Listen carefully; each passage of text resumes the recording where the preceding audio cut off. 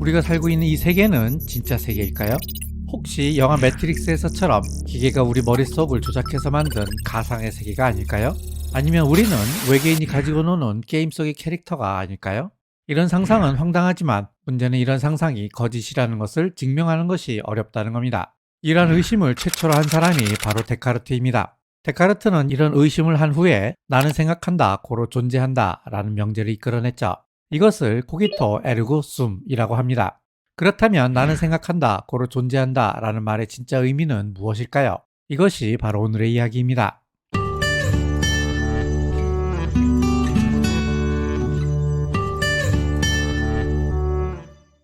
데카르트는 벽난로 앞에서 꾸벅꾸벅 졸고 있었습니다. 그런데 갑자기 이러한 의심이 드는 겁니다.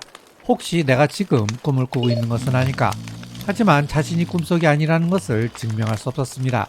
왜냐면 우리는 꿈속에 있는 한 우리가 꿈속이 아니라는 것을 알 수 없기 때문입니다. 데카르트의 의심은 더욱 깊어졌습니다. 그렇다면 2 더하기 3은 정말로 5일까? 두 점 간의 최단 거리는 정말로 직선일까? 이것도 아닐 수 있겠다는 생각이 들었습니다. 데카르트는 이렇게 자신이 의심할 수 있는 모든 것을 의심했습니다. 이렇게 끝없이 의심하는 것을 방법적 회의라고 합니다. 그런데 아무리 의심하려고 해도 의심할 수 없는 것이 하나 있습니다. 그것은 내가 의심하고 있다는 사실입니다. 내가 의심하고 있을 때에는 내가 의심하고 있다는 사실은 의심할 수 없습니다. 만약에 내가 꿈을 꾸고 있는 것이라면 나는 지금 꿈속에서 의심하고 있는 것이기 때문이죠. 내가 의심할 수 있으려면 의심하는 내가 존재해야 합니다. 의심하는 내가 존재하지 않으면 나는 의심할 수 없죠. 따라서 이렇게 말할 수 있습니다. 나는 의심한다, 고로 존재한다. 그런데 의심도 생각의 일종이죠. 그래서 데카르트는 이렇게 결론을 내렸습니다. 나는 생각한다, 고로 나는 존재한다. 데카르트는 이제 신에 대해서 생각해 봅니다. 신은 정의상 완전한 존재자입니다. 완전함은 존재함을 함축하죠. 그 이유는 이렇습니다. 실제로 존재하는 햄버거와 상상 속의 햄버거 중에 실제로 존재하는 햄버거가 더 완전합니다. 왜냐하면 실제로 존재하는 햄버거는 먹을 수 있지만 상상 속에서만 존재하는 햄버거는 먹을 수 없기 때문이죠. 이처럼 완전함은 존재함을 함축하죠. 따라서 정의상 완전한 신은 존재해야 한다는 겁니다. 만약에 신이 실제로 존재한다면 신은 우리가 꿈속에서 살도록 내버려 둘까요? 신이 존재한다면 신은 우리를 속이는 사악한 악마를 내버려 둘까요? 아닐 겁니다. 따라서 우리는 꿈속에 있는 것도 사악한 악마에게 속고 있는 것도 아니라고 봐야 합니다. 그러므로 2 더하기 3은 5이라는 참이고 두 점 간의 최단거리는 직선이라는 것도 참입니다. 수학적 병제와 기하학적 병제 모두 참입니다. 그리고 나의 육체도 또한 진짜입니다.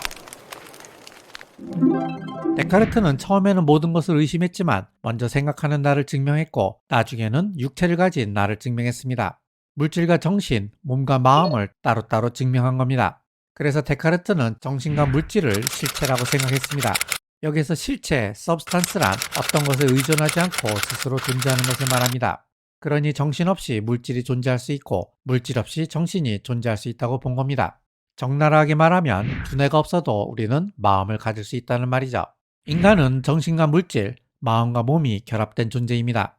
인간은 자유의지를 가진 영적인 존재이기도 하고 물리법칙을 따르는 기계적인 존재이기도 하죠. 이것이 바로 데카르트의 심신이원론입니다. 공각기동대에 나오는 로봇처럼 기계 속에 인간의 영혼이 들어가 있는 기계 속의 유령, Ghost in the Machine인 겁니다.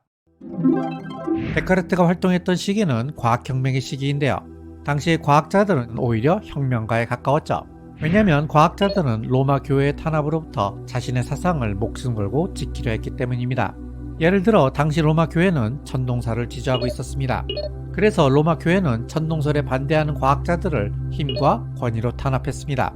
그래서 지동설을 주장한 코페르니쿠스는 자신의 책의 서문에 지동설은 사실이 아니라 가설일 뿐이다 라는 단서를 달았고 갈릴레오는 지동설을 주장하다 이단으로 몰려서 종교재판에 회부되었죠.